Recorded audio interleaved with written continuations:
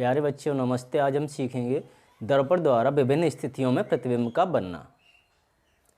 इसके लिए हमें दर्पण से संबंधित कुछ बेसिक चीज़ें मालूम होनी चाहिए, जैसे कि गोली दर्पण क्या होता है, वक्रता केंद्र क्या होता है, ध्रुव क्या होता है, वक्रता त्रिज्या क्या होती है, फोकस दूरी क्या होती है और अंत में दर्पण द्वारा प्रतिबिंब खींचने के नियम क्या होते हैं।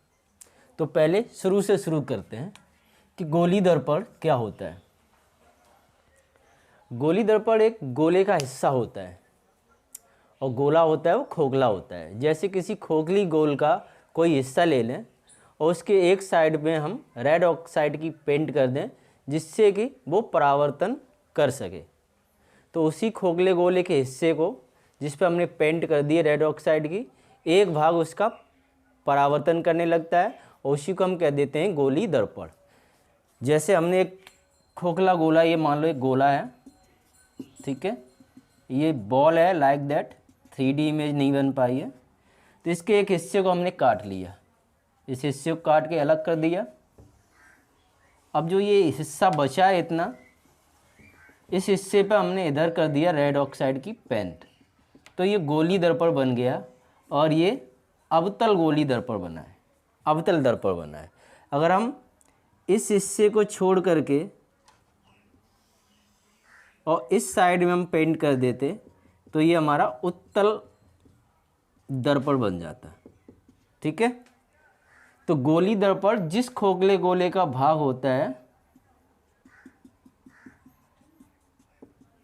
ये गोली दर्पण जिस खोखले गोले का भाग होता है उसी गोले के केंद्र को, उसी गोले के केंद्र को हम कह देते हैं वक्रता केंद्र।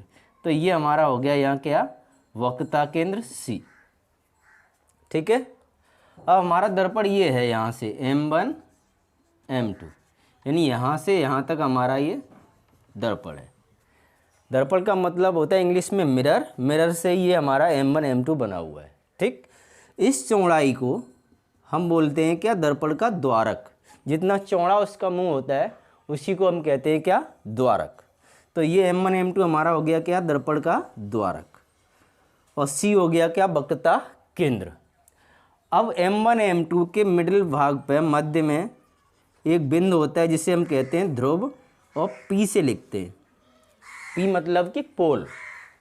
तो ये हमारा द्वारक के मध्य भाग को हम कहते हैं पोल यानी कि ध्रुव, ठीक है।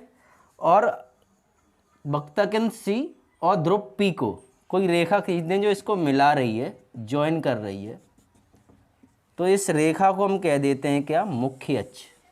ये हमारी हो जाती है क्या, मुख्य अक्ष, ठीक है।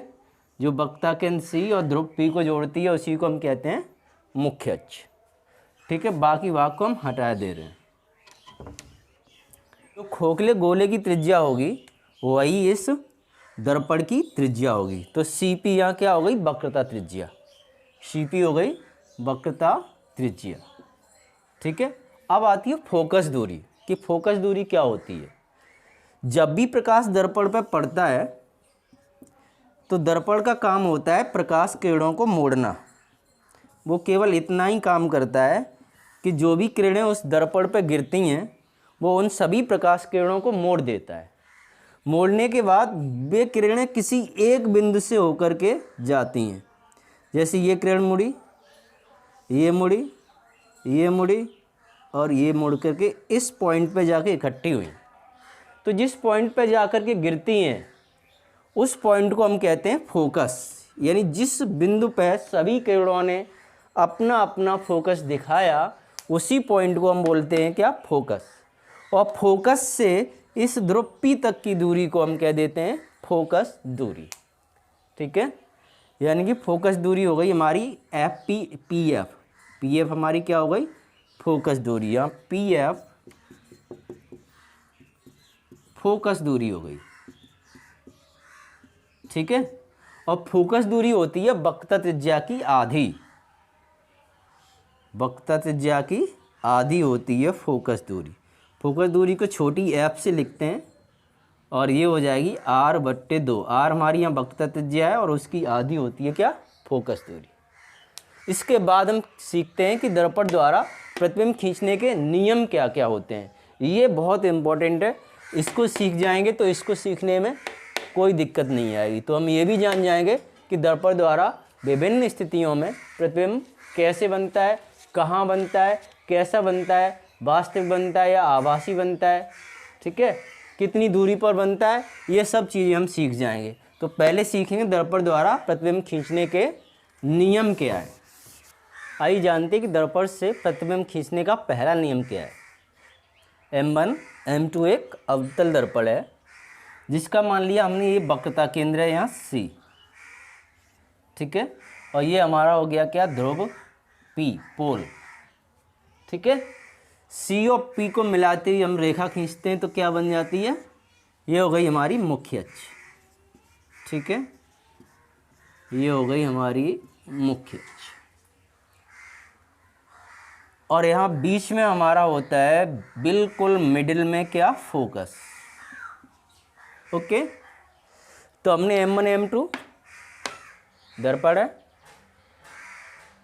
CP हमारी मुख्य अक्ष है, C वक्रता केंद्र है, F फोकस है और P ध्रुव है यानी कि पोल है, ठीक। देखते हैं, पहला नियम ये है कि यदि कोई प्रकाश किरण मुख्य अक्ष के समांतर है, ये मान लो कोई प्रकाश किरण हमारी मुख्य अक्ष के समांतर है, ठीक है, मुख्य अक्ष के समांतर है, तो जब ये दर्पण पर गिरेगी तो हमेशा फोकस से होकर जाएगी। पहला नियम यही है कि मुख्य अक्ष के समांतर चलने वाली प्रकाश किरण दर्पण से परावर्तन के पश्चात फोकस से होकर जाती है। एक बार फिर से रिपीट करेंगे, मुख्य अक्ष के समांतर, देखो समांतर मतलब ये डिस्टेंस इक्वल है हर जगह, ये डिस्टेंस कैसी है, इक्वल है, तो इसको हम समांतर कहेंगे। इसके पैरेलल, तो मुख्य अक्ष के समांतर चलने वाली प्रकाश किरण दर्पण से परावर्तन के पश्चात या दर्पण पर गिरने के पश्चात फोकस से होकर जाती है। ये हमारा पहला नियम है। अगर कोई भी प्रकाश किरण दर्पण के समांतर जाएगी तो वह फोकस से होकर के ही लौटेगी, उसका परावर्तन जो है फोकस से होकर होगा। प्रतिबिंब खींचने का जो दूसरा नियम है वो इसके जस्ट अपोजिट है। उसमें क्या था, यदि कोई प्रकाश किरण मुख्य अक्ष के समांतर जाती है, ये मुख्य अक्ष है इसके समांतर जाती है, तो परावर्तन के पश्चात फोकस से F से होकर जाएगी। दूसरा नियम ये कहता है कि यदि कोई प्रकाश किरण फोकस F से होकर जाती है, फोकस F से होकर जाती है, तो दर्पण से परावर्तन के पश्चात मुख्य अक्ष के समांतर हो जाती है,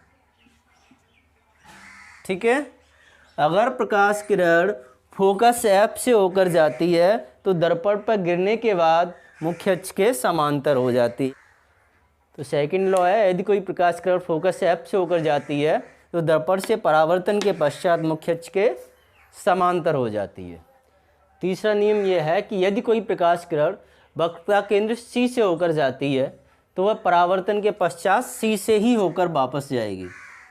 यदि कोई प्रकाश किरण वक्रता केंद्र C से होकर जाती है तो वो लौटेगी कहाँ से, C से, यानी जिस रास्ते से गई थी उसी रास्ते से होकर वापस जाएगी, ठीक है।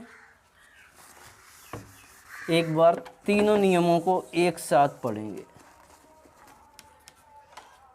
पहला नियम है, मुख्य अक्ष के समांतर जाने वाली प्रकाश किरण फोकस F से होकर लौटती है।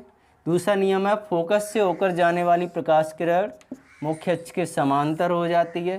तीसरा नियम है, यदि कोई प्रकाश किरण वक्रता केंद्र C से होकर जाती है तो उसी रास्ते से वापस लौट जाती है, यानी C से आई थी, इधर गई थी और इधर से ही होकर के लौट गई। ये हो गए प्रकाश दर्पण से प्रतिबिंब खींचने के नियम। अब हम आते हैं हमारा मुख्य टॉपिक जो है कि दर्पण द्वारा विभिन्न स्थितियों में प्रतिबिंब का बनना। तो सबसे पहले हम उत्तल दर्पण द्वारा प्रतिबिंब का बनना सीखेंगे। इसमें 6 स्थितियां होती हैं, ठीक है। तो एक एक करके हम 6 स्थितियों को सीखेंगे कि किस स्थिति में प्रतिबिंब कहाँ, कैसा और कितना बड़ा या छोटा बनता है। तो पहली स्थिति को समझते हैं।